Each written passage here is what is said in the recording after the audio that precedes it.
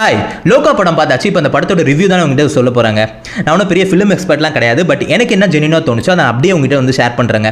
சிம்பிளாக ஒன் வேர்டில் இந்த படத்தை பார்க்கலாமா வேணாமான்னு கேட்டிங்கன்னா, டெஃபினட்டாக இந்த படத்தை நீங்கள் ஒரு தடவை தேட்டரில் போய் பார்க்கலாம். அதுக்கான எல்லா ஒர்த்தும் இந்த படத்தில் இருக்குது. உதாரணத்துக்கு இந்த படத்தில் சொல்ல வர கான்செப்டாகவே இருக்கட்டுமே, இந்த கான்செப்ட்லாம் நம்ம ஊரில் பெருசாக வந்து எடுக்கப்படாத ஒரு கான்செப்ட். ஸோ அதுக்காகவும் அது மட்டும் இல்லாமல் இந்த படத்தில் வர ஆக்ஷன் சீன்ஸும் கிராஃபிக்ஸும் உண்மையிலே பின்னிருக்காங்க. படம் ஏதோ சின்ன பட்ஜெட்டில் தான் எடுத்திருக்காங்க. பட் இந்த ஆக்ஷன் சீன்ஸு கிராஃபிக்ஸ்லாம் உண்மையிலே ஹாலிவுட் ரேஞ்சில் வந்து இருக்குங்க. ஸோ இதுக்காகவும் அப்புறம் ஃபைனலாக ஆக்ட்ரஸ் கல்யாணி பிரியதர்ஷன் அவங்களோட ஆக்டிங்காகவே நீங்கள் இந்த படத்தை டெஃபினட்டாக ஒரு தடவை தேட்டரில் பார்த்து நீங்கள் வந்து என்ஜாய் பண்ணலாங்க. பட் அதெல்லாம் தாண்டி இந்த படம் வந்து எல்லாரும் சொல்கிற மாதிரி ஆஹா ஓஹோ அப்படி இருக்கா இப்படி இருக்கான்னு கேட்டிங்கன்னா, எனக்கு வந்து அந்த மாதிரி தோணலைங்க.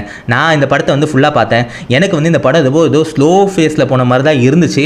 மேபி மலையாள ஆடியன்ஸுக்கு நல்லா கனெக்ட் ஆகிருக்கும்னு நினைக்கிறேன். பட் எனக்கு வந்து இந்த படம் வந்து கொஞ்சம் ஸ்லோவாக தான் இருந்துச்சுங்க. அது மட்டும் இல்லாமல் இன்னொன்று ட்ராபேக் என்னன்னா, இந்த படத்துக்கு வந்து ஒரு பெரிய ஸ்கோப் இருக்க மாதிரி காட்டுறாங்க. ஸ்டோரி வைஸும் சரி இல்லை ஓவராலாக நான் சொல்கிறேன்.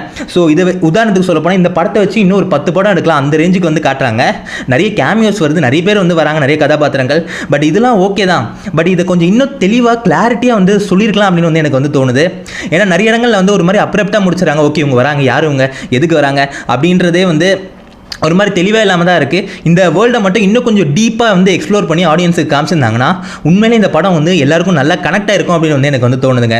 ஸோ இதுதான் இந்த படத்தோட ட்ராபேக்ஸ். பட் இதெல்லாம் தாண்டி உங்களுக்கு வந்து இந்த ஆக்ஷன் படம், ஃபேண்டசி படம், இந்த மித்தாலஜிக்கல் ஃபிலிம்ஸ்லாம் வந்து பிடிக்கும்னா டெஃபினட்டாக இந்த படத்தை வந்து நீங்கள் ஒன் டைம் பார்த்து தியேட்டரில் வந்து என்ஜாய் பண்ணலாம். ஸோ இதுதான் வந்து இந்த லோகா படத்தோடைய ரிவ்யூ. இந்த படத்தை பற்றி நீங்கள் என்ன நினைக்கிறீங்கன்னு சொல்லி கமெண்ட் பண்ணுங்கள். தேங்க்யூ.